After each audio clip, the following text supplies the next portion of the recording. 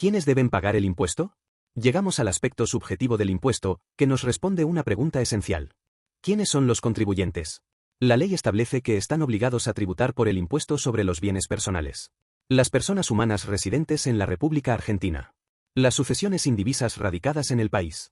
Y, de manera parcial, las personas humanas y sucesiones no residentes, pero solo por los bienes que posean en territorio argentino. Veamos estos casos con más detalle. Personas humanas, residentes versus no residentes. El criterio clave aquí es el de la residencia fiscal. Desde el periodo fiscal 2019, el impuesto dejó de usar el domicilio como nexo y adoptó la residencia, conforme a las definiciones del impuesto a las ganancias. ¿Quién se considera residente en Argentina? Según la ley del impuesto a las ganancias y la reglamentación de la AFIP. Las personas de nacionalidad argentina, nativas o naturalizadas, salvo que hayan perdido esa condición.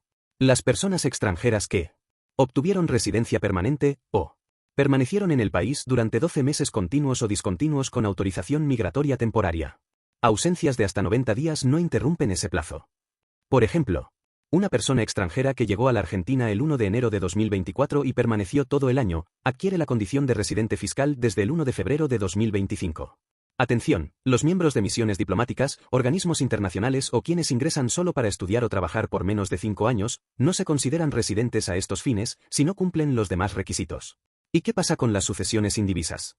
Una sucesión indivisa es el patrimonio que deja una persona fallecida hasta que se declara la herencia. La ley la trata como un sujeto distinto de los herederos, al menos a los efectos fiscales. Se considera que una sucesión indivisa es residente en el país si el causante, es decir, la persona fallecida, era residente al momento del fallecimiento. Esto implica que las sucesiones indivisas residentes tributan por todos los bienes, dentro y fuera del país. Las no residentes solo tributan por los bienes situados en Argentina. Casos particulares. Matrimonios. La ley establece reglas especiales para matrimonios. En general, cada cónyuge declara sus bienes propios. Los bienes gananciales se imputan según lo determine el régimen patrimonial. Si se compraron con ingresos propios del cónyuge, se declaran por quien los generó. Si no se puede probar quién aportó qué, se presume propiedad 50-50. La AFIP actualizó su criterio tras la sanción del matrimonio igualitario y el nuevo Código Civil y Comercial, y ahora utiliza el término cónyuge, sin importar el género. También se contemplan los nuevos regímenes como la separación de bienes o las uniones convivenciales, que no implican tributar en conjunto. Menores de edad. Los menores de edad también pueden ser titulares de bienes, y por tanto, también están alcanzados por el impuesto. En estos casos, los padres o representantes legales actúan como administradores. Ellos deben presentar las declaraciones juradas en representación del menor. Es importante destacar que los bienes del menor no se suman al patrimonio de los padres, sino que tienen tratamiento separado. Condominios y usufructos. En los casos de condominios, cada copropietario tributa por su parte proporcional del bien.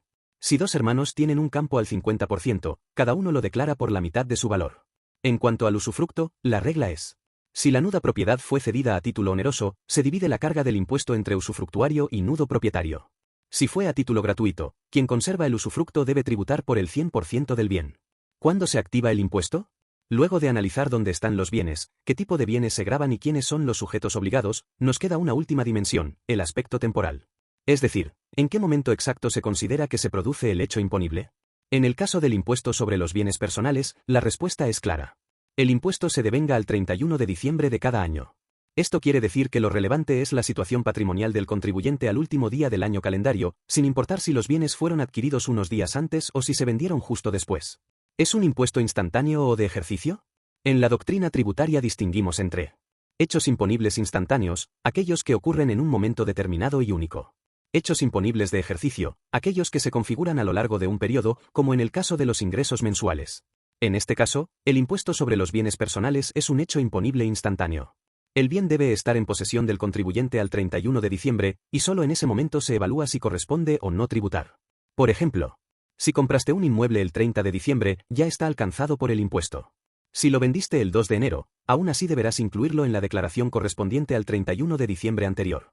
¿Qué sucede si hay cambios patrimoniales sospechosos?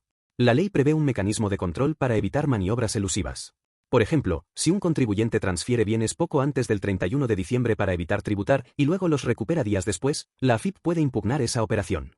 En estos casos, la resolución reglamentaria faculta al organismo recaudadora verificar las variaciones patrimoniales dentro del año calendario.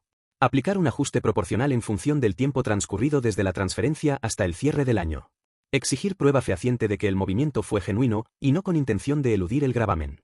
Este tipo de medidas se encuadran en lo que la doctrina llama presunciones iuris tantum. El contribuyente puede desvirtuarlas aportando pruebas válidas, pero si no lo hace, la presunción se considera válida. En resumen, el aspecto subjetivo del impuesto sobre los bienes personales determina quiénes son los contribuyentes, y se basa principalmente en el concepto de residencia fiscal. Están alcanzados por el impuesto las personas humanas residentes en Argentina, por todos sus bienes. Las no residentes, por sus bienes situados en el país. Las sucesiones indivisas, según la residencia del causante. Y se contemplan reglas especiales para matrimonios, menores, condominios y usufructos. Por su parte, el aspecto temporal establece que el impuesto se devenga una vez al año, el 31 de diciembre. Lo importante es quién posee qué bienes en ese momento. La ley presume instantaneidad, pero permite ajustes si se detectan maniobras sospechosas. El contribuyente puede aportar prueba para revertir las presunciones del fisco.